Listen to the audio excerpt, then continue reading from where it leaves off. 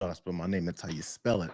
I've had a lifelong of people calling me Jar, Jayar, and yeah, I think those are the main two. Sometimes Daryl, however, whatever the hell that means. Good to see you guys. And we're getting to the end of the week here, at least the normal work week here. Hope you guys have had a good one. Um, Lots going on as usual. I've got some follow up issues. James Comer, which I didn't get to yesterday, bro. James Comer is a disaster. I wish I would have found this the other day, but you know what? It all leads into the next story and the next. Happy everyone is here. Beverages. It's Friday, as you guys already know. My mom's just said I have a variety of drinks today. What are your variety of drinks, Ma? I've only got one, but I do have a new variety of a drink. Have you guys seen these? The lighting doesn't help me here. Ghost Energy, right? They have tons of these, but this one is a blue raspberry. Had you guys seen this before? Damn, I'm excited. In fact, there was two new ones that I had seen. Not necessarily new, just new to me. They weren't at my local stores.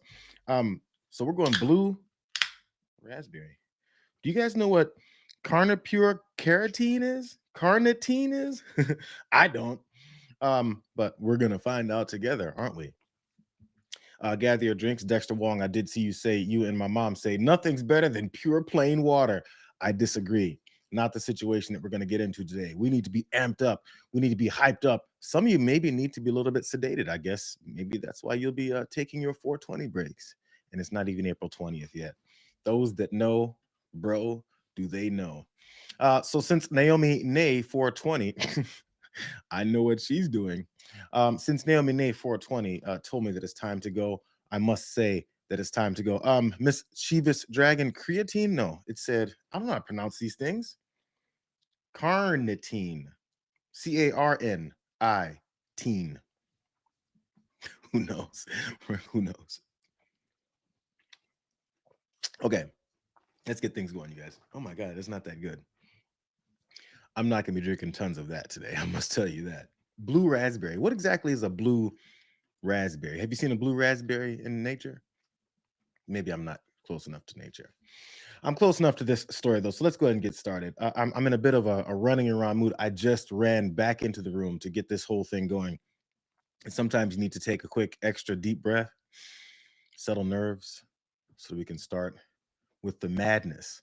That is James, I'm sorry, Representative Comer. James Comer. Is that his name?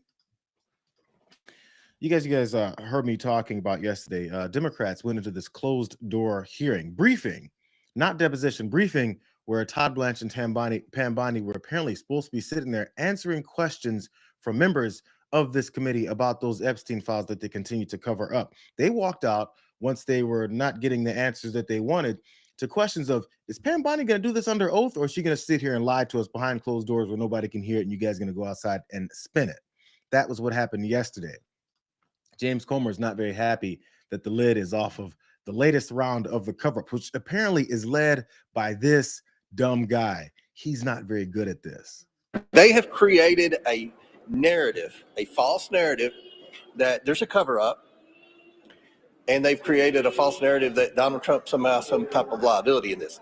Both narratives are getting exploded. They have created the narrative that Donald Trump is a part of a cover. I'm sorry, that there's a cover-up, number one, and that Donald Trump is the focus of that cover-up. I think where they're getting it from, James, I feel like the place that these Democrats are getting the fact that there's a cover-up and it surrounds Donald Trump is the fact that there was a bunch of redactions and that staffers under Kash Patel were working around the clock ever since he got into power to cover up everything where Donald Trump is mentioned in these files. In a few places where he was mentioned, they've worked hard to get rid of those too. Or maybe there's an outside chance it's also a little bit of this as the reasons why people think this is a cover-up. Because they're trying to distract from the fact that Donald Trump is in the Epstein files thousands and thousands of times. In those files, there's highly disturbing allegations of Donald Trump raping children, of Donald Trump threatening to kill children. Maybe, hey, James, do you think maybe the thousands and thousands of instances of Donald Trump being listed in the Epstein files and also accusations of him raping children and threatening children and their families, do you think maybe that's the reason why there's this cover-up, this blatant and obvious cover-up that everyone sees right in front of us? I mean, even the people that support you and the pedophiles that you're protecting, they even know that it's a cover up. They're just okay with it. That's the only difference here. No one doesn't see that this is a cover up. Also, by the way, yesterday there was testimony also from Epstein's accountant. He had his attorney there with him. Afterwards, I didn't see much of what happened with this testimony or the talk that happened afterwards. But this civil rights attorney, Nancy Erica Smith, went on MS Now to talk about what is that was revealed in that particular testimony that I don't think many people that are on the side of protecting these pedophiles once revealed. This might be just another reason, James, as to why everyone sees this as the cover up that it is. We do know that Khan, Epstein's accountant, testified that the Epstein estate settled with Jane Doe number 4, a very important Jane Doe. Jane Doe number 4's files were hidden until Trump bombed Iran and changed the subject. Jane Doe number 4 alleged to the FBI that Epstein abused her when she was 13 and that Trump abused her when she was 15. Khan, Epstein's accountant, testified that the Epstein estate settled with Jane Doe number 4 for both Epstein and Trump. His lawyer tried to walk that back. Indike refused to confirm or deny that. Now, how do we get to the bottom of that? Congress passes a law invalidating all NDAs from the Trump or the Trump organization, from Epstein, any of his entities, from the estate, or based on any activities at the Epstein properties. Let's have the truth. We want the truth, no NDAs. Listen, this is one of those pieces of news that's surrounding these Epstein files and the lies that are being told that will quickly and easily get buried. This was mentioned here. I'm not sure which kind of media tour that Nancy Erica Smith is on, or really anyone else that's going to reveal what she just revealed. I'm going to retell it just in case we missed it, because I feel like it's easy to. The accountant from Jeffrey Epstein said that they paid off a settlement to Jane Doe number 4, who accused both Epstein and Donald Trump, the current president of the United States, of abuse. And they paid her off for both of them.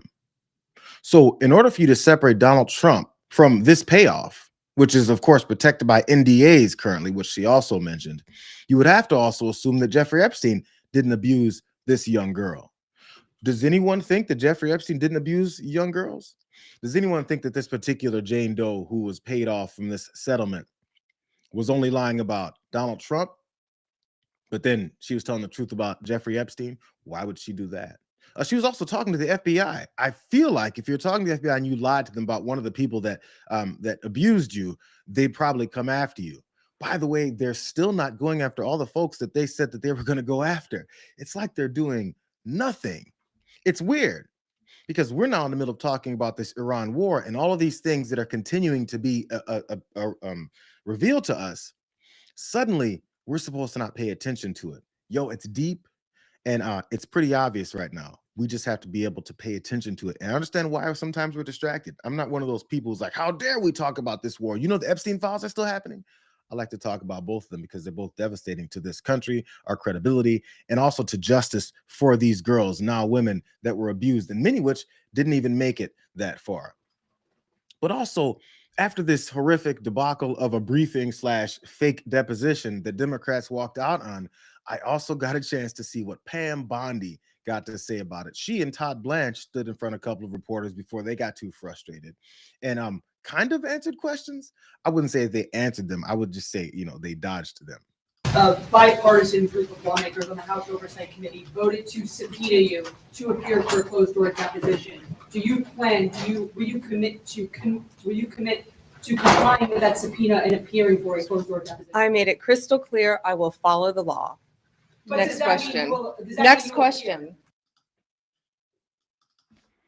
That's the question where it was an issue where Democrats walked out because she wouldn't answer the question. Todd Blanche was caping for her, and so was James Comer. But you see the way he was hovering over her shoulder? That was weird, wasn't it? Todd Blanche is like, here, let me show you guys again. Here, let's just see it. I'll mute it so I can tell you guys what was happening. So as she's not answering the question about whether or not she's going to appear, hold on, play. So as she's not going to answer the question of whether or not she's going to appear and follow that subpoena that she should follow, instead of saying, I will follow the law, and then got all angry about it, Todd Blanche is like, you better answer this question right. I've been lying for decades. These guys are creepy, man. But you see how angry she gets? Why so why so confrontational from a very simple question about following the law, especially as Attorney General, and especially as someone that said they wanted to get to the bottom of this? Why aren't you willing to talk about what it is that you discovered? Why aren't you willing to talk about the people that apparently you're not going after? Why aren't you willing to do this? It all refers back to the beginning thing that James Comer said. I don't know why people think that this is a cover up. They're making it blow up back there. It's because it's a cover up. And as a matter of fact, James Comer and his now part in this cover up is getting more and more blatant. He's more and more front and center. So when asked specifically about her testifying under oath, where she was pretty dodgy on whether or not she would, James Comer is there to cape and swing in and help her ass out. Mr. Chairman, a follow. Do you want her to testify under oath, you personally? I mean, I want to talk to everyone. I want to talk to everyone. I don't. But this was not. I personally don't see any reason for her to do a deposition. She's the sitting attorney general. She's turning over documents. I think the Democrats want to do this to embarrass her. I did not vote for the subpoena to bring her in for a deposition. I want to bring in the bad guys for the deposition. I want to bring in the men who have abused women. I want to bring in anyone who is involved in the prosecution or lack of prosecution of Epstein, Maxwell, and some of these other guys. So that's where I think our time and energy should be spent. But we had 5 Republicans vote with the Democrats. This guy can't possibly think anyone would believe that he wants anything to do with getting to the bottom of this by saying, I want to bring in the bad guys that abused women. Well, bro, which ones are those? Have you investigated any of that? Have you guys taken the next step of the names that have been listed for allegedly abusing girls and bringing them in? Have you done it? He hasn't done it. In fact, what he's done is said, I think this is all pretty much done. Todd Blanche said, we're done with this whole thing. They want us to stop talking about it. The president that James Comer works for said this is a Democratic hoax, and I don't know why we're still talking about it. Jeffrey Epstein is long dead. So I feel like all this stuff that you keep saying doesn't really make any sense. And matter of fact, what it makes sense with is you're trying to make sure Pam Bondi doesn't testify. Why wouldn't you want Pam Bondi to testify under oath? But, you know, you had these traitorous 5 Republicans vote with Democrats to have her testify. That sounds like someone that's trying to do this weird thing that James Comer said is not happening. Cover it up. We had the sitting attorney general and the top brass of the Department of Justice there yesterday to answer questions. And, you know, they were wanting TV cameras in there, and you know why, so they could show out and get on MSNBC and be outraged. But there's an ongoing investigation. And if you're mature, credible members of Congress leading an investigation, you don't want that televised because you want to get information that will hopefully lead to criminal referrals and lead to accountability. And to do that, you can't do that in public. So we had the sitting attorney general there last night, and they stormed out, and they were outraged. So, look, I don't know how to answer your question because I wasn't expecting that. I thought everyone would be happy that I was able to get the attorney general come in for a briefing, and they pull a stunt like that. His case for why Pam Bondi shouldn't testify under oath and in front of the American people about this case that she was willing to put her face in front of cameras in front of the American people and have binders with a bunch of right-wing influencers. Suddenly, she wants everything done in secret. Suddenly, James Comer wants everything done in secret because he makes up this weird rule that apparently we're supposed to believe and buy. He says, if you're mature, you don't want that televised because you want it to lead to criminal referrals and accountability. What is it about public testimony where Americans can see what you're doing and saying that would not lead to criminal referrals and accountability? He doesn't say. All he said was, that will lead to criminal referrals and accountability. Why not? There's very simple follow-up questions that every reporter needs to, I guess, write down so they can remember. There's like a few terms you could use. Why is the first one. Who, what, when, where, why, and how. Very simple, because all they do is just say things and they never really have a reason behind why they say these things. They say it and expect you to believe it because they said so. That's not good enough, bro. And as a matter of fact, when someone did follow up and point out what they thought from this sham briefing / not deposition that Democrats walked out of yesterday or a couple days ago, what happens is he wasn't ready for the question of, well, this isn't really a deposition though, right? But does that count as a deposition, like in the way that it would if you called someone from a subpoena? You know, it's a briefing, and it's different. But when the Democrats say, "Oh, there's a cover-up," well, talk about it. Talk about it. Ask it. There was not one question from the Democrats. There were from Republicans, and obviously the Democrats had someone secretly tape recording that in there because reporters were going into great detail about the conversation that I had with Summer Lee and all of that. So that's a violation of the rules too. But I don't care. I stand by what I said. And He had to admit, no, it's not a deposition. It's a briefing, which he also admitted is different. That's when it should have ended, at least that conversation. So you just admitted that it's a briefing and not a deposition. You also said that you don't want her to testify under oath. You also said that you want full accountability and some kind of criminal referrals and for all these potential co-conspirators and people that did these things. So if you want all that, why don't you want it under oath?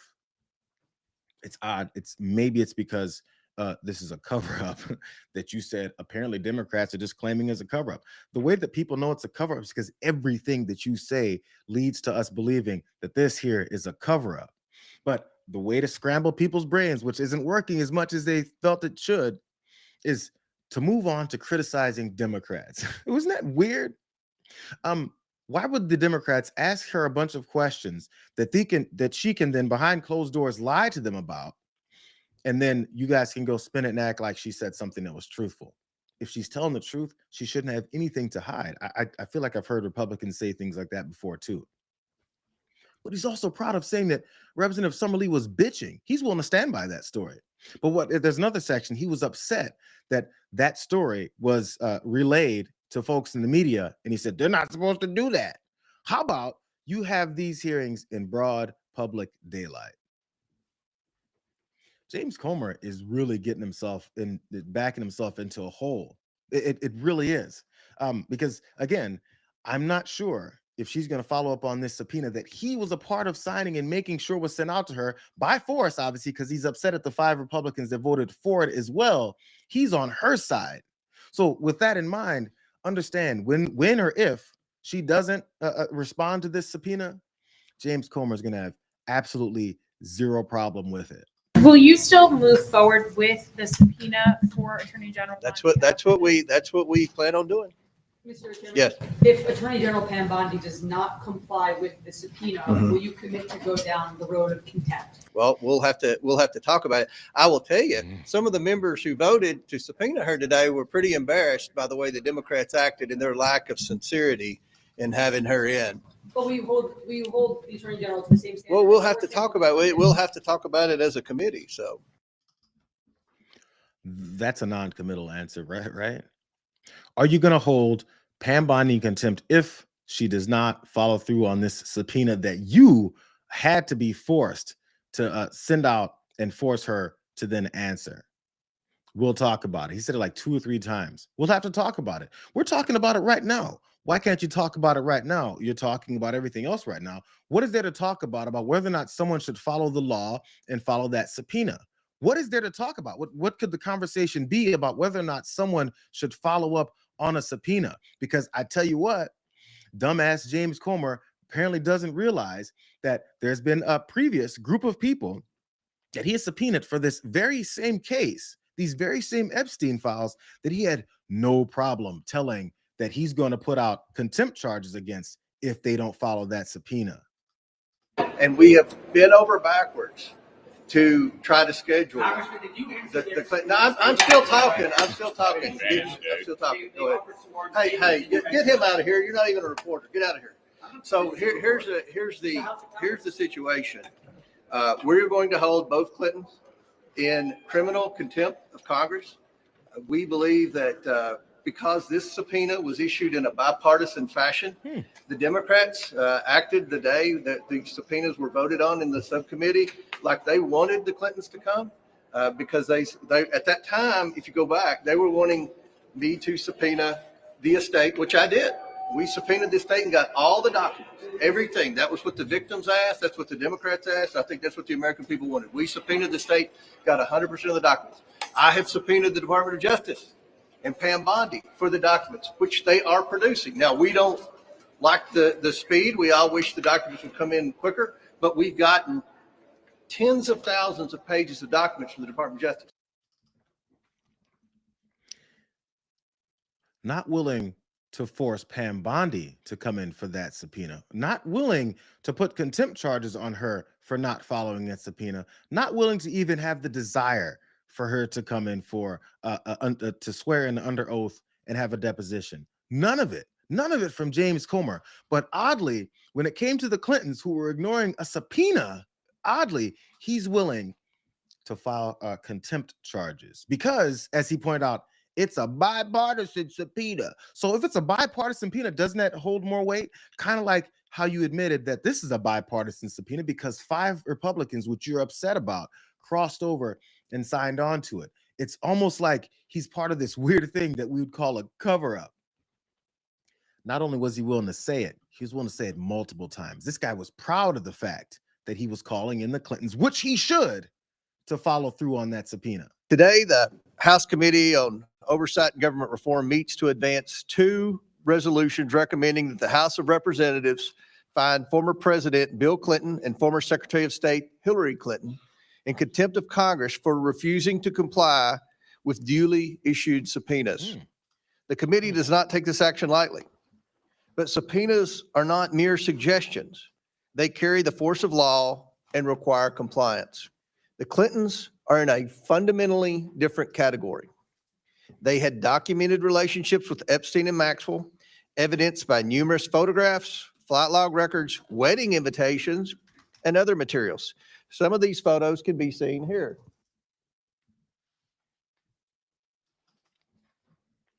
A subpoena, according to James Comer, carries the force of law and requires compliance.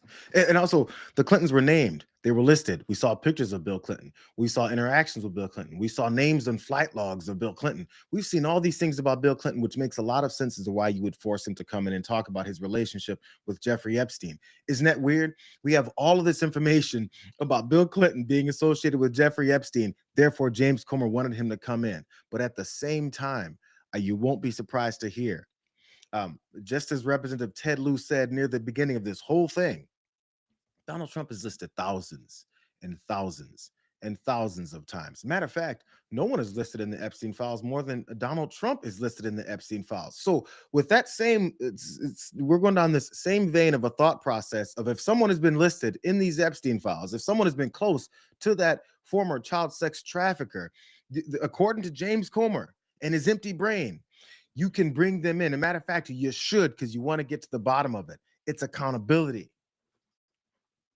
What do you think he had to say about whether or not Donald Trump should come in under oath and testify? Unanimously by the committee in a bipartisan manner, we will move next week in the House Oversight Committee markup to hold former President Clinton in contempt of Congress. Yeah, so with that, be happy to answer any questions real quick. Mr. Chairman, Anybody on the committee? Roll out bringing Trump for an interview Well, in this investigation. President Trump has answered thousands of questions about Jeffrey Epstein. In fact, I would say today, well, you all ask him questions every day. He answers questions every day about Epstein. Well, you don't bring it. You can't bring in a current president of the United States, and you all know that. So, but President Trump has answered thousands of questions about Epstein. I bet today, at some point, some of you all will ask President Trump questions about Epstein. He answers those questions. To my knowledge, former President Clinton has never answered questions about Epstein. And we just had questions because, again, I think anyone would admit they spent a lot of time together while Bill Clinton was president and post-presidency. I think we can also admit that Donald Trump and Jeffrey Epstein spent even more time together, pre, during, and post-presidency. I'm just saying, of those files that they still haven't released all of, he's all over them. So let's take this scorecard. Hillary Clinton, subpoenaed and then potentially held in contempt if she didn't, needs to testify. Pam Bondi, being subpoenaed, not going to be held in contempt, doesn't need to testify under oath. Bill Clinton, listed all through the files, given a subpoena, ignored it, needs to be held in contempt, coming and testified, which they both did.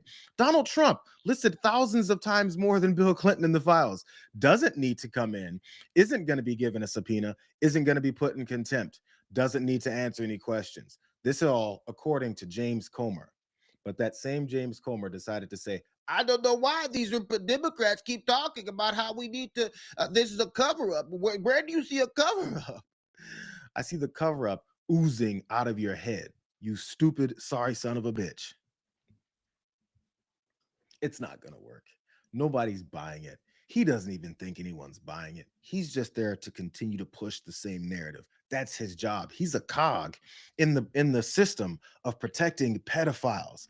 James Comer is a low-level pedophile protector. He's not even high up on it.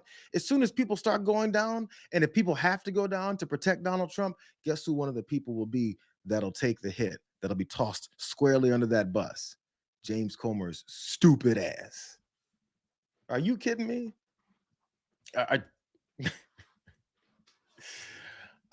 Maybe it'll come, maybe it won't.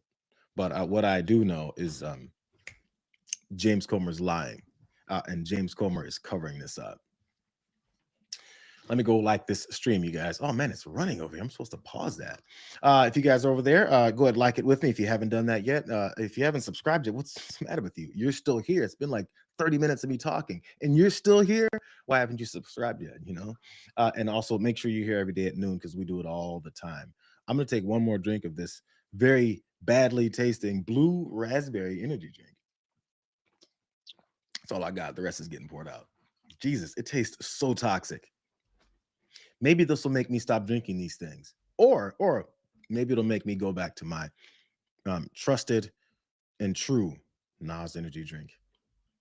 It doesn't sound as it's much better than it sounds. I'll put it that way. Let's move on to things that actually sound really, really bad. I've got more fallout. I got more covering of Joe Kent. You guys remember Joe Kent? Joe Kent just resigned from his intelligence. He's an intelligence officer. I can't remember his title anymore. He just resigned from Donald Trump's administration over this Iran war, over his conscience over this Iran war. A Trump loyalist, big time MAGA guy, believes in all this other messed up things that Donald Trump has been doing, but he and his conscience cannot follow through on this. Maybe because as a veteran himself, he lost his wife in previous wars in the Middle East, which he's, I'm sure, traumatized by. So sometimes certain things kick in for certain people. You guys know he did show up on Tucker Carlson's show. Bro, listen, it was worse than I thought it would be. As a matter of fact, the things that he revealed, I'm like, bro, you might want to, watch your back. This is like stark. The last time I saw Charlie Kirk on this earth was in June, in the West Wing, in the stairway, and I said hi to him, and he looked me in the eye, and he said very loudly, and it's a small. You've been in the West Wing. It's small. It's a tight space, and he said, "Joe, stop us from getting into a war with Iran." Very loudly. He was single-minded, and he walked off, and he went, I believe, into the Oval.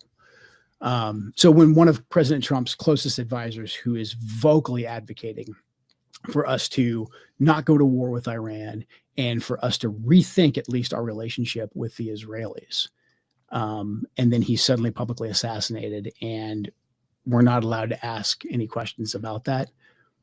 It's a data point. It's a data point that we need to look into.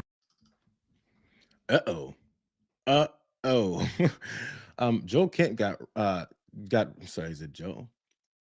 Yeah, Joe Kent got really comfortable with Tucker Carlson, and he started saying some things now that he's out of the administration by his own choice. The last conversation he had with Charlie Kirk, when Charlie Kirk loudly, probably purposely loudly said down the hallways in the West Wing, stop us from going into war with Iran loudly so that maybe other folks could hear it. I think that's what he was hinting at. But I think what really stood out at the back end when he said, and then suddenly he was killed. And after being killed, we're not allowed to even talk about it. That's weird. That's weird. They're not allowed to investigate it from the intelligence position that Joe Kent was in. Not allowed? Is this guy some kind of lib conspiracy theorist?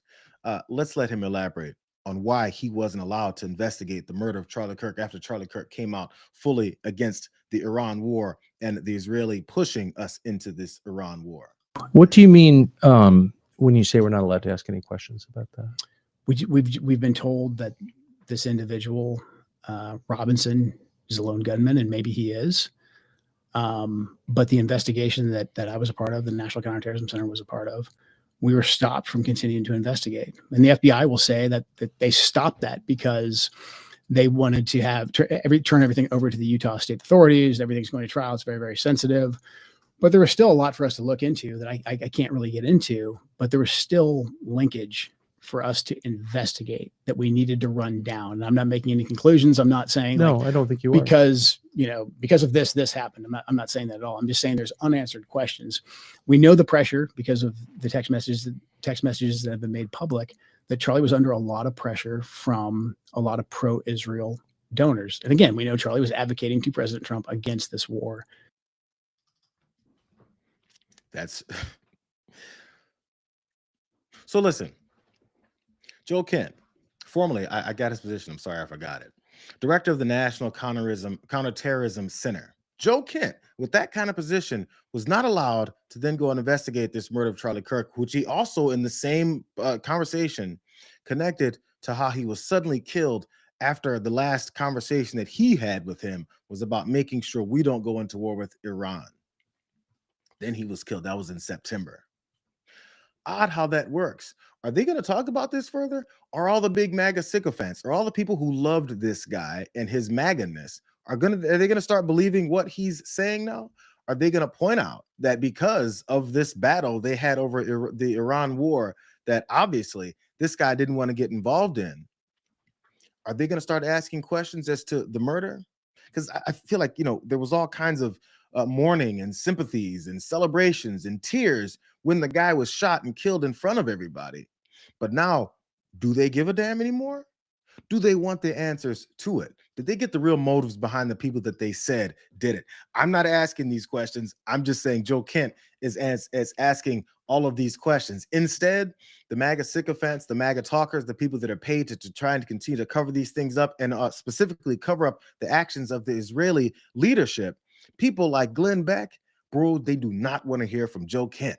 I'm so sick of hearing about Charlie Kirk and what his beliefs were, right before he died. Because I had a conversation with Charlie Kirk right before he died, and he said, I really hate Joe Kent. He's just a bad guy. And now I can't prove that. I have but it was the last conversation that I had with Charlie Kirk. He said, I really think Joe Kent's a bad guy. Can you stop with this stuff? Stop with the Charlie Kirk's last conversation was fill in the blank. Please. I can't take it. Now, if you have a text from him, you have something and you can see the whole context of it, great. But can we stop saying, his final words were, it was Israel that did it. Why do we have to do that? Why does Glenn Beck want people to do that? Is it because he doesn't believe it or because he doesn't want to believe it? You need to have text message. You have to have Charlie Kirk literally text you from the grave and say, they killed me, bro. Apparently that's these are the hurdles that people have to go through to get to this point. They won't pay attention to anything else, but they'll rather make this whole thing some kind of a jokey experience where I can say anything I want and suddenly you have to believe it. Maybe there's other people around in that small Oval Office or the West Wing area where apparently, I guess we have to say allegedly, according to Glenn Beck, Charlie Kirk told this guy, who's also super hardcore Trumper, let's not forget this guy's not some super lib, about going into war with Iran and how he didn't want us to. Isn't it odd how it works? But it gets deeper than that, man. This was a far-reaching interview with Joe Kent, and he also talked about how we got into this, whether the negotiations were going a certain way, and the lies that were told about those negotiations going in a certain way. More from Joe Kent. We just killed, Ali Laranjani, who was a negotiator, who was eager to get us a deal. Again, look, I've got no love for the IRGC. I've got no love for the Iranians. So it seems like you've got two different goals. You've described Israel's goal as just regime change, permanent chaos, take Iran off the map as a coherent nation state, just tie them up with internal chaos, whatever the effects of that are on the rest of the world, all of them disastrous. Then on the American side, you have the president's stated goal, which is we can't let Iran have a nuclear weapon, which they didn't have and weren't trying to build in any imminent way. Right. Okay. So if you join those two together in a common mission in a war, like that's our partner in this war, yeah, then you create all kinds of very bad incentives. Mm-hmm. And now Laranjani, I think, was killed by the Israelis. You saw the Israelis blow up Qatari natural gas facilities today in the Qatari natural gas field, which feeds the rest of the world LNG. It's almost like chaos, death, and destruction is what it is that the United States and Israel wants in this region. And when things aren't as bad as it could possibly be, it gets worse. Because, as Marco Rubio accidentally admitted, Israel was about to bomb Iran, and we did it for them. And ever since then, Donald Trump has been doing everything he could to try and make himself look good because he's so stupid to realize what it is that's going on, while Benjamin Netanyahu and all of their groups and the leadership there continues to make things worse because their objectives here are to kill as many people as possible, disrupt the entire Middle East, because there's some kind of madman holy war mission to destroy the entire world. And that sounds like hyperbole, but the thing is that's kind of what those generals were telling folks in our military. This is a holy war. Donald Trump is the Messiah. He figures all this out. We're going to end this whenever he feels like ending this. But a little bit more on those negotiations. The guy that was actually negotiating for peace was killed. Weird how that works. And then also, there was other folks talking about, you need some confirmation of where these talks were going based off of where they ended up. Here's some folks that are talking about where these talks actually were. David Rode over on MS Now pointed this out. David? And there was one development yesterday. It builds on reporting MS Now had earlier. Iran offered to give away all of its enriched uranium during the peace talks. And hours later, the U.S. started dropping bombs. And The Guardian broke yesterday that there were British officials, the British National Security Advisor was present in Geneva during that last round of talks. The British were surprised by the Iranian offer. They thought it was credible. They thought the talks should continue. And the British were shocked when the Trump administration started bombing Iran hours later. David? So how many liars are on this whole train? From Joe Kent talking about how these talks were actually disrupted by United States and Israel when they started killing people. Also here now by David Rode, who was talking about how Iran offered to give away all of its enriched uranium during these peace talks. That was part of the talks. And then for some reason, oddly, we started fighting instead. It's like it lines up with what Joe Kent also said, in that Israel and the United States don't want this to end peacefully. They never wanted it to be peaceful. What they wanted was war, which, I mean, I think all this could have been bypassed by seeing who it is that went and invaded and started attacking people was the people who didn't want peace. That's what they are. We saw them lying about this so consistently. And by the way, we've got all these pieces of information, all these accounts from reputable sources, from people that were nearby. Why would the British folks, the intelligence or whoever was there that saw these talks happening in Geneva, why would they lie about this? Who do they work for? Why would that be the case? Instead, Americans in our brains of isolation and stupidity shove all that aside, and this guy is the one person that MAGA, I guess Trump left over, MAGA officials are the ones that they're ready to believe. This is the guy and his story here over all of these other folks. 90% material, Sean, can be brought to 90%. That's weapons grade, in roughly 1 week, maybe 10 days at the outside. The 20% can be brought to weapons grade inside of 3 to 4 weeks. And let me say this, because I forgot this small little detail. In that first meeting, both the Iranian negotiators said to us directly, with no shame, that they controlled 460 kilograms of 60%, and they're aware that that could make 11 nuclear bombs, and that was the beginning of their negotiating stance. So they were proud of it. They were proud that they had evaded all sorts of oversight protocols to get to a place where they could deliver 11 nuclear bombs. Oh. No one listens to someone like Steve Witkoff. No one believes someone like Steve Witkoff, whose literal job is to follow behind Donald Trump and do everything that he tells him to do. What kind of background does Steve Witkoff have in being able to be more of an authority on, first off, these British intel officials, or these officials that overheard these conversations, from Joe Kent, who was a part of the counterintelligence system that was a part of these talks?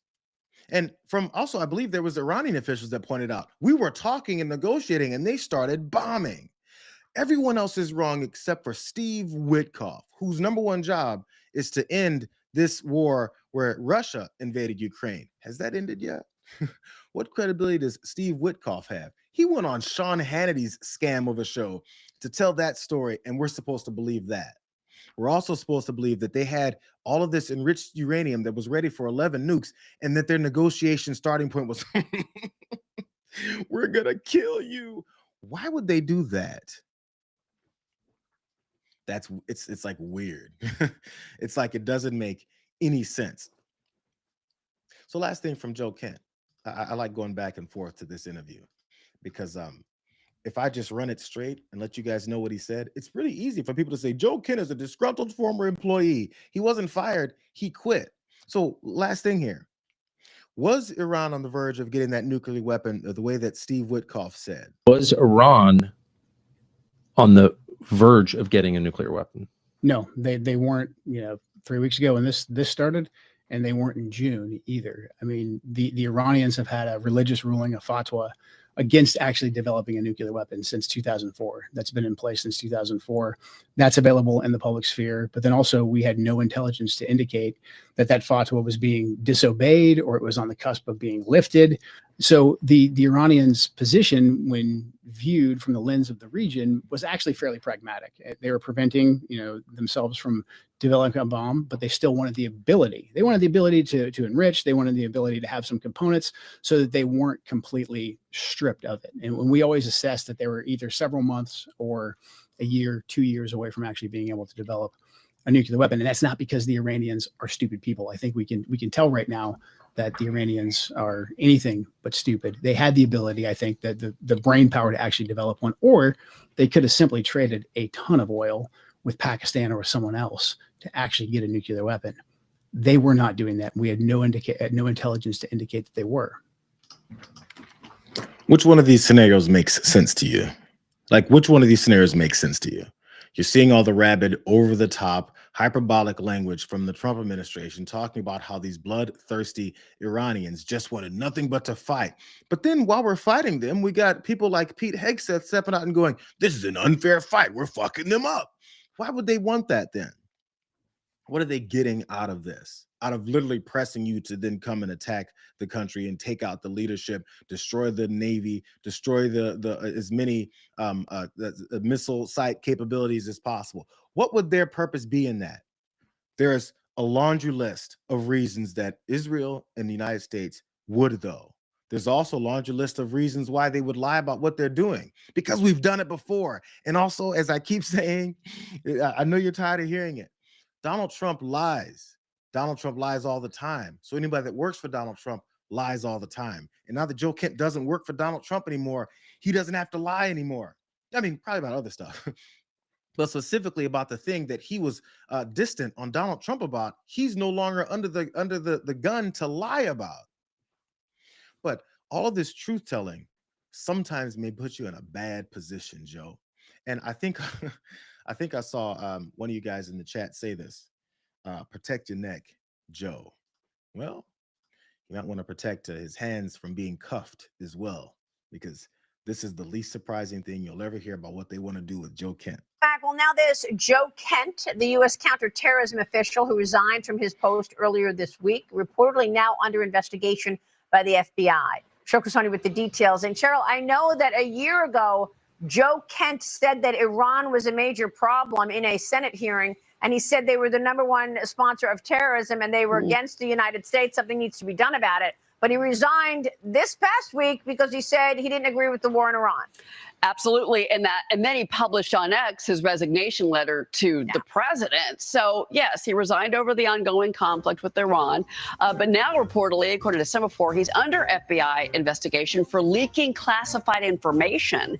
Now, the probe into his misconduct has reportedly been going on for months. So this predates his resignation.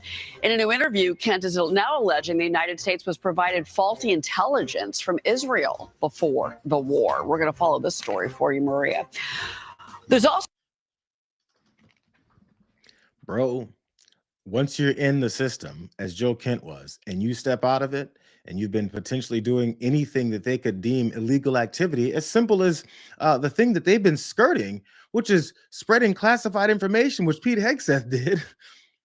Now that he's out, it's let's go ahead and get him for these crimes that we all do in this administration. It's pretty simple. I mean, I think he probably saw that coming too. And if the criminal charges don't work out, I'm sure they've got other methods of making sure he stops talking. I'm just speculating, especially since he brought up that's a possibility for what happened to Charlie Kirk too. I'm just pointing out what he said. I don't have any information on it other than the accounts of one guy who was deep in this administration and counter-terrorism intelligence. Yo, I think it's pretty good advice. Protect your neck, bro. Protect your neck. They seem to be hell-bent and don't give a damn about any human life to get to this objective that they want to get to. Let me see if I can swing a little bit more in these last 10 minutes to wrap up this Friday. I know it's a lot of videos, it's a lot of information, it's a lot of stuff, it's a lot of back and forth. And I think that's kind of like the point. The lies are so like frequent, you have to try and sift through them to try and find any bit of the truth and reality to it. But then by that point, they've tossed 17 to 18 more lies at you. It's a lot to have to sift through. So I guess one of the #1, purveyors of lying in the entire world had more to say about the costs of this war, but oddly, the costs of this war have nothing to do with the lives that this guy, Benjamin Netanyahu, oversees. It is often said that you can't do revolutions from the air. That is true. You can't do it only from the air. You can do a lot of things from the air, and we're doing, but there has to be a ground component as well. There are many possibilities for this ground component, and I take the liberty of not sharing with you all those possibilities. It is often Benjamin Netanyahu, what do you know? I'm talking about the high costs of wars, at least for us, apparently not for him or any of his folks, because you got to get on the ground at some point. I feel like there's more blatant conversation that he's had with Donald Trump about boots on the ground that don't involve he or his people's boots. It's like when people say we're fighting this war for this guy, he's kind of confirming it. Because when someone asked him more questions about that, guess who didn't want to answer? Whether you would or could continue the war without Just one question, Jeremy. Thank you. Could you without the United States, without the refueling capabilities, for example? We're going to close. Thank you so much. Thank you, Mr. Prime Minister. You Thank exhausted you, your everyone, questions. for your questions today.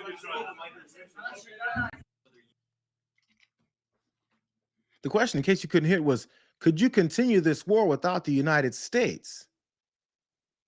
But some handlers said, shut the fuck up. You can't ask any questions about whether or not we're going to continue to use American resources, soldiers, lives, our economy, and everything else to continue to push this war that Benjamin Netanyahu and Israeli leadership wants. The same way that Marco Rubio oddly told us is exactly what's happening. But by the way, side note, you guys, I know what you're thinking.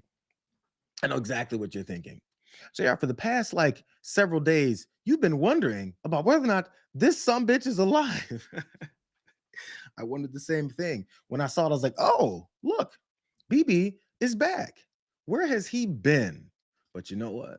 The internet never really fully settles. Because what the internet wondered was, what's going on with his left sleeve? One, Watch. removing the nuclear Israel, and it delivers death to its own people. Our goals are three. One, removing the nuclear threat. One. Did you see it? Similar to the pocket in a coffee shop. The white cuff of his dress shirt eked out of his suit jacket sleeve. Why did it move like that? That was like that. I think that was the closest that I could find to them actually to seeing anything that may have shown us some AI hints. But Richard Engel, a reporter, said that he was definitely there. So I'm going off of Richard Engel at this point. I guess the fun and games are over for now. That is, at least until we see another AI video. Which, by the way, I'll believe Richard Engel because he said he was asking questions and he was indeed there. People are putting their credibility on the line for this. Cool, I'll buy it. How about we get an answer as to why there was 3 to 4 AI videos before now? They haven't addressed that yet because those were obviously AI videos. And if this one isn't, because he actually had a press conference, that is what I was asking for. They gave it to me. I'm settled. My next question is, what about those 3 to 4 AI videos before? Why'd you guys put out those fake ass videos? That's just my side note. Let me get back to the whole purpose of this whole thing. The costs of this war, specifically with boots on the ground, the thing that Donald Trump said wasn't going to happen, which also Donald Trump also said we weren't going to get into more wars, which Donald Trump also said we weren't going to be spending all of our money and resources on more wars.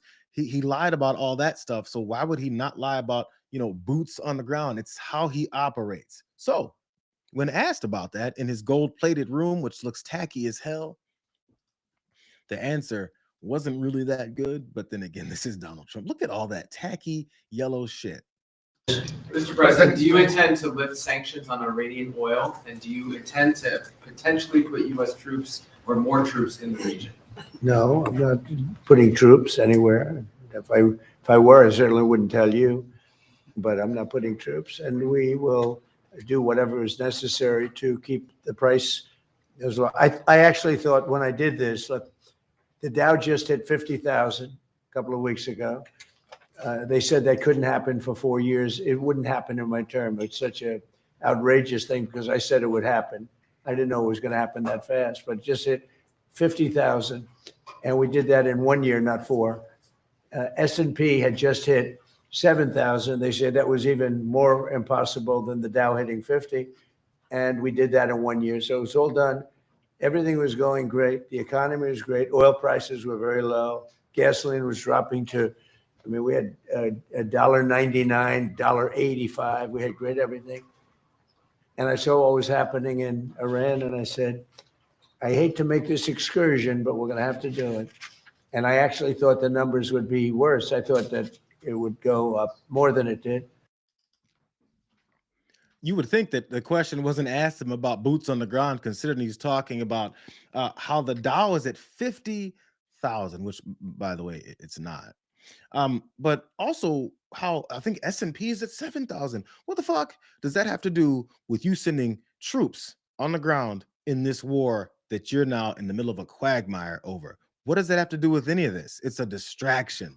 As a matter of fact, once I heard that the Dow is at 50,000, oh man, at least we know where Pam Bondi got probably the dumbest moment in her entire, it's really hard to do, but her entire tenure as the DOJ as the Attorney General, when she said the same thing.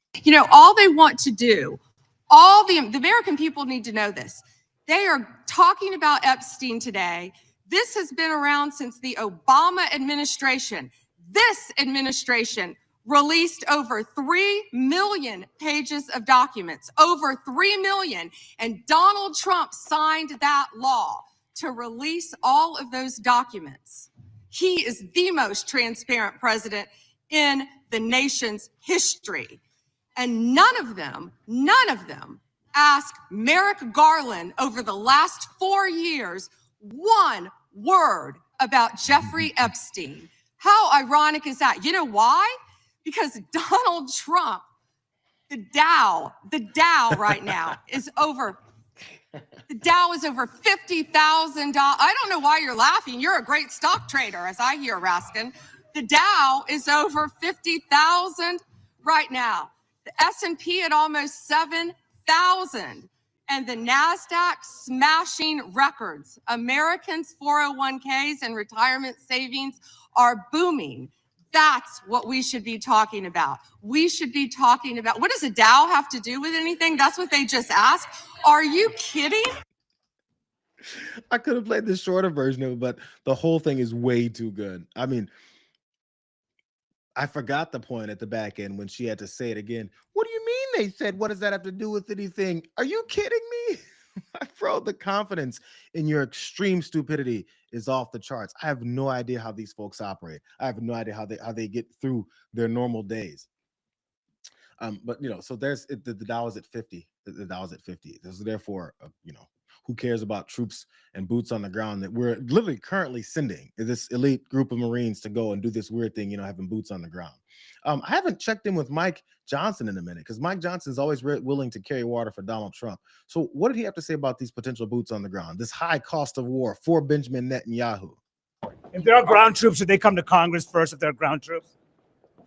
Again, all the details matter. If we're completing the mission and it's a limited scope, then that's not a declaration of war. Cameras down. We gotta vote, guys.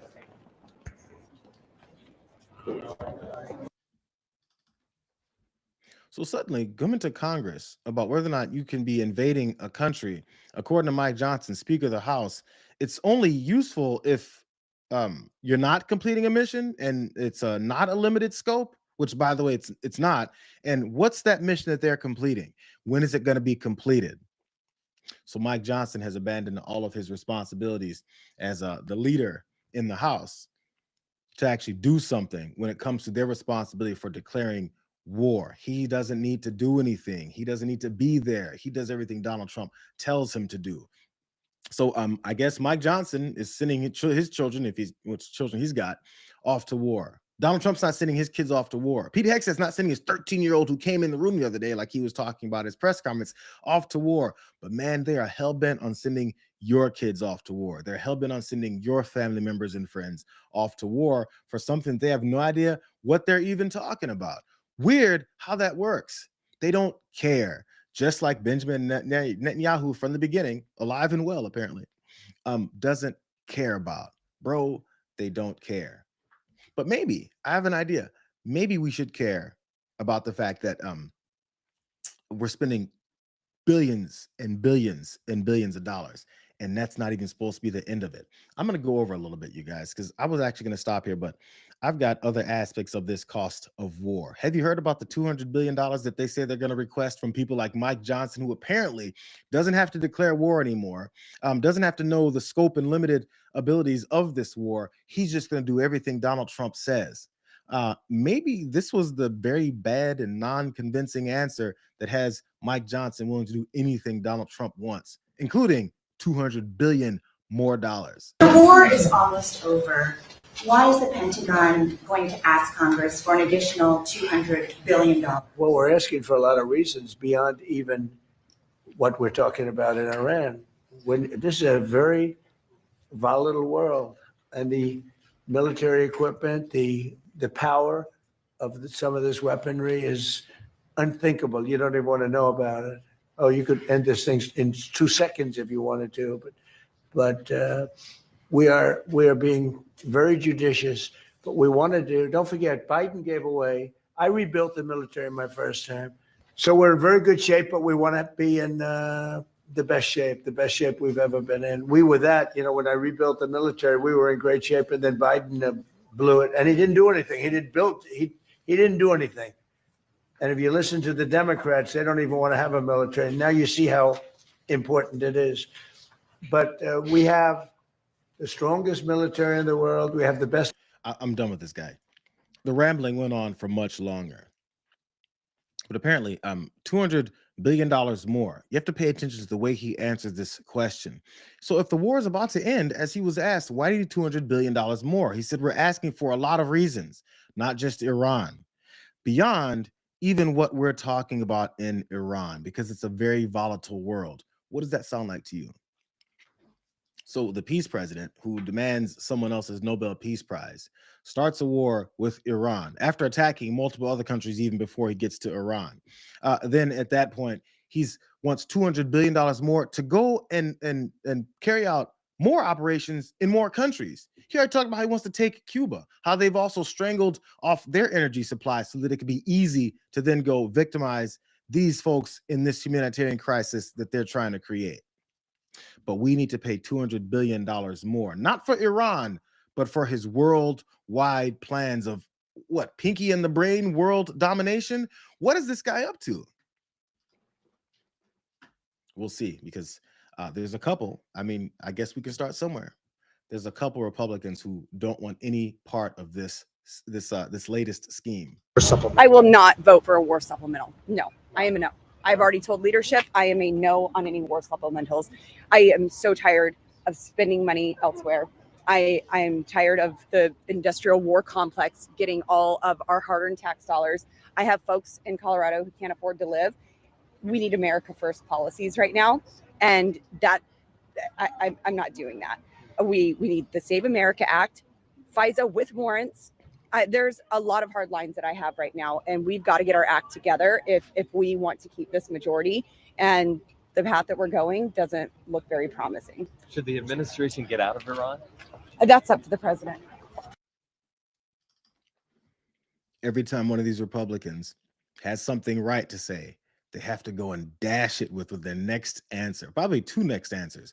Lauren Boebert's opposition to this $200 billion to go into more wars, apparently, as she accidentally revealed at the back end of her answer there, is based off of how they're going to lose elections in November because of it. Not because of the lives that are lost, not because of the wasted money, not because of the destruction of our country and credibility and associations with our allies across the world, not because of any of that, but because we might lose our seats. You know, we might have to deal with, you know, like not being in power if this happens. I can't deal with it. But also, and whether or not he should even be in Iran, whether or not he should even be there. Lauren Boebert just said, I'm against this. No more forever wars, no more constant money coming from our pockets off to doing these things. And when asked whether or not Donald Trump should even be in Iran, she goes, that's up to the president. How the fuck is it up to the president when you just said you want nothing to do with this anymore? You're in Congress. How is it up to the president to start more wars when you're in Congress who's supposed to decide whether or not we go to war? God, you can't trust anything these people say because they never are fully on the right side of it because they're still afraid of him. Roger Marshall's one more. He's another one. I mean, maybe he's saying the right things now. Let's see. $200 billion in a defense supplemental, what would you be poised to support? Well, Maria, I think they do need to come to D.C. and tell to Capitol Hill and tell us what that money is going to be spent on. I think, I think we give the Pentagon $1 trillion a year. You would think that would be enough, but we're going to have to do something. That sounds like a little bit high number to me. 200 billion sounds a little tall. Yeah. It's a little tall. Maybe 189 billion for Roger Marshall there. How about zero, Roger? Why should we talk about anything, Roger? It's weird how Roger Marshall, that's his hard line. I mean, it's a little stiff. Maybe if they come and talk to us and tell us, threaten us a little bit, then I'll be on board. None of these people will actually stand up against this guy. Let's stop acting like they ever will. I mean, what it's going to take is a lot more than just nudging of these Republicans to finally do the right thing, because this is where Roger Marshall from just like a week or two ago felt about the prices of the rising gas costs, fuel costs in this country based off of the constant debacle and further quagmire that this guy has gotten us into. This is the same guy who's just upset about the $200 billion price tag. I'm asking you about gas prices that Americans are paying that are extremely high and having wild swings, in part because of the war with Iran that the president started. Right. So again, freedom is not free. Americans are going to have to make some sacrifices, but we're operating from a point of strength. Isn't it great that compared to when I was growing up in the 70s, we were so dependent upon Middle East oil, but now we're the largest producer of oil in the world, that we're the second biggest exporter of oil in the world. So we're not going to be shut out economically from this. We at least have the oil here. Yes, it's a worldwide commodity, but this is one of the prices of war. Are we willing to stand here for 47 years and let Iran beat the heck out of Americans and kill thousands of Americans? Or are we willing to stand up and say enough of this? That's the price of war. Are you willing to pay that price for war? Are you willing to send off, your family members for that price of war? Are you willing to pay $200 billion more of your taxpayer dollars for that price of war? And are you willing to pay so much more in fuel costs for that same price of war? Oddly, all the rich people say that they're willing to, but they're definitely not sending any of their family members off. Maybe a couple of them are. We won't hear about that much. But they're not going to be on board. We have to be what they call real patriotic Americans to follow through on the dumbest plans ever. But there's a couple of those real patriotic MAGA Americans that are thinking twice about this. I wonder how much Roger Marshall, Lauren Boebert, and Donald Trump and them are actually thinking about the people that voted for them that are rethinking that vote. I'm a Republican. I voted for Trump because he said no new wars. And now here we are finding ourselves in this conflict with Netanyahu leading him around by the nose. And I have to say, Trump now is looking for, it seems like he's looking for a way out of the conflict that he started. Gas prices are going to hit hard. Food is going to hit hard. Inflation is going to hit harder. And now he's looking for Europe and NATO, the same countries he disrespected, to come and get us out of this conflict. The Strait of Hormuz is a death trap. No one would want to sail into that zone and risk their ships being sunk to the bottom of the sea. It makes zero sense. It makes zero sense, he says. Trump's, I wonder what percentage of them. We see polling and stuff, but there's some Trump supporters who are rethinking their vote, a little bit ashamed of the things that they've gone through. There was a woman at the gas station in Pennsylvania that I ran the other day, and she called him like a pile of shit. That's right. A steaming, huge, dumb pile of shit, something like that. It was accurate. I wonder how hard they're going to work against this, though. There's one more. This is like the Trump block, the Trump voting block, finally realizing how they got duped. Maybe. I'm really scratching my head because I voted Republican, and most of us in the fishing industry did, and we're not seeing the positives come out of it, why we voted that way. Okay. What are you going to do next time? Because I feel like we saw these very obvious images and very obvious signs of what Donald Trump was going to be doing in his first term, when he didn't follow up on many of the things that he said he was going to do then, when he destroyed people's lives. People died from COVID because of Donald Trump's incompetence. We don't have to bring all that up again. It's really easy to forget it. And as a matter of fact, what it breeds is more MAGA Republicans who then run for office. And when they run for office, they keep saying things like everyone else has to sacrifice. And for some reason, many times, these folks who run for office and say everyone has to sacrifice for a war that we still don't know why we're doing it, because Donald Trump also doesn't know why he's doing it or how to end it. People like Michelle Tafoya, former, I believe, ABC Sports sideline reporter, Monday Night Football, one of those things, ESPN, all that. Michelle Tafoya is running for Congress, the Senate. She's running for the Senate. Michelle Tafoya answered yet again another question about these gas prices. Anybody that could potentially be voting for Michelle Tafoya, I want you to listen to what she thinks you should do regarding these gas prices and Donald Trump's war that he doesn't have any idea what he's doing. What are some of the big issues on the minds of voters there in Minnesota? Well, yeah, look, we've all been told that the word affordability is key, and it is. And right now, I would say, look, we had gas prices at a 5-year low. And we were really enjoying watching that. And now here we are in a conflict in the Middle East, which is bringing gas prices up again. I know it's frustrating, and I know it's hard for people. What I would say to them is we've lost some service members over there who have put their lives on the line to protect us, to protect the region, protect America's friends in the region.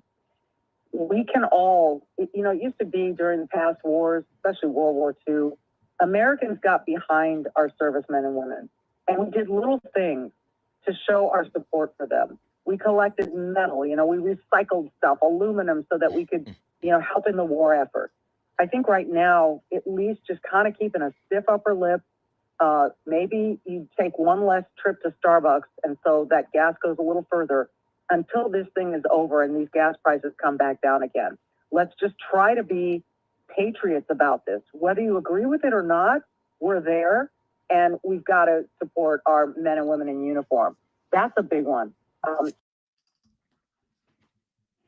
If you're about to vote for Michelle Tafoya, understand her platform is keep a stiff upper lip, take one less trip to Starbucks, and be patriotic Americans, whether you agree with it or not.